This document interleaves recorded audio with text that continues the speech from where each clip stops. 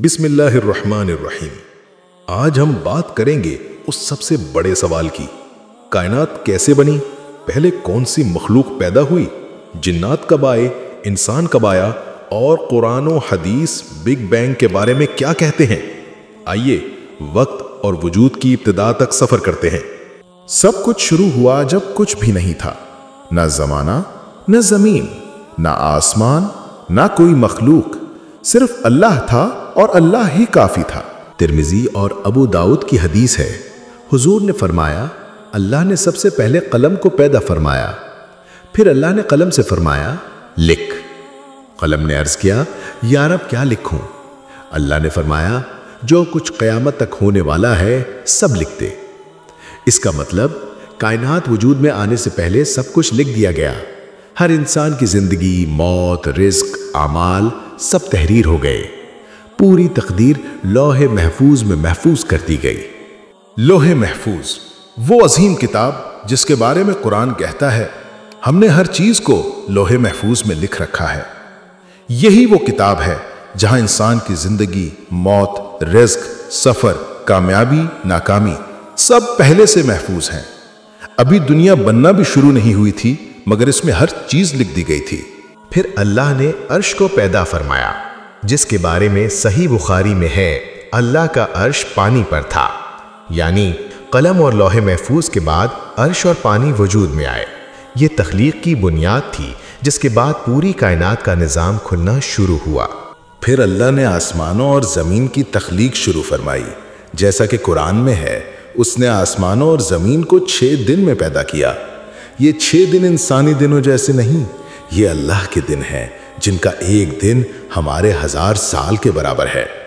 پوری کائنات ایک ٹھوس نظام کے ساتھ تیار کی گئی، بغیر کسی تھکن کے، بغیر کسی کمی کے۔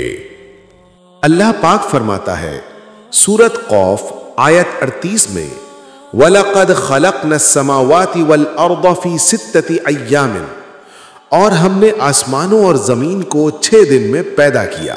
پھر قرآن ایک حیرت انگیز حقیقت بتاتا ہے، پھر وہ آسمان کی طرف متوجہ ہوا جبکہ وہ دھوئیں یعنی سموک کی حالت میں تھا۔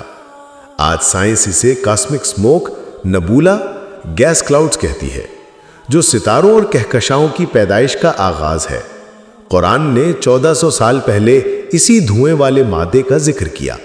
سورۃ حامیم سجدہ میں اللہ تعالیٰ فرماتا ہے ثم استوى الى السماء وهي دخان، پھر اللہ آسمان کی طرف متوجہ ہو گیا جبکہ وہ آسمان دھوئیں کی حالت میں تھا۔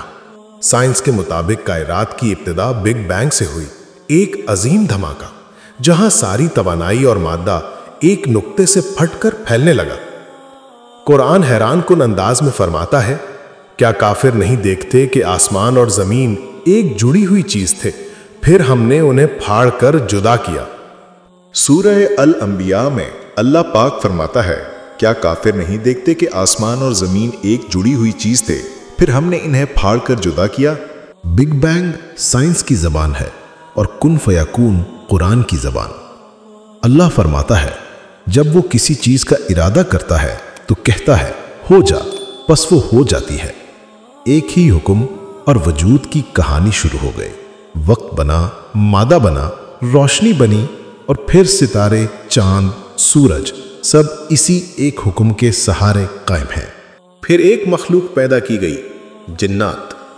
قرآن کہتا ہے ہم نے جن کو بغیر دھوئیں کی آگ سے پیدا کیا۔ یہ مخلوق انسان سے پہلے پیدا ہوئی، زمین انہیں دی گئی مگر انہوں نے فساد کیا، خون ریزی کی، جس پر فرشتے ان کے خلاف اٹھ کھڑے ہوئے۔ تب فرشتوں نے اللہ سے کہا کیا تو زمین پر ایسے کو خلیفہ بنائے گا جو فساد کرے گا اور خون بہائے گا؟ کیونکہ انہوں نے دیکھا تھا کہ پہلے ایک مخلوق ایسا کر چکی ہے اور وہ تھے جنات۔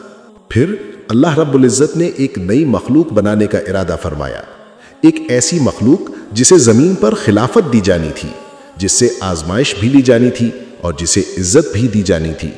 قرآن کہتا ہے ہم نے انسان کو مٹی سے پیدا کیا، لیکن یہ مٹی عام مٹی نہیں تھی۔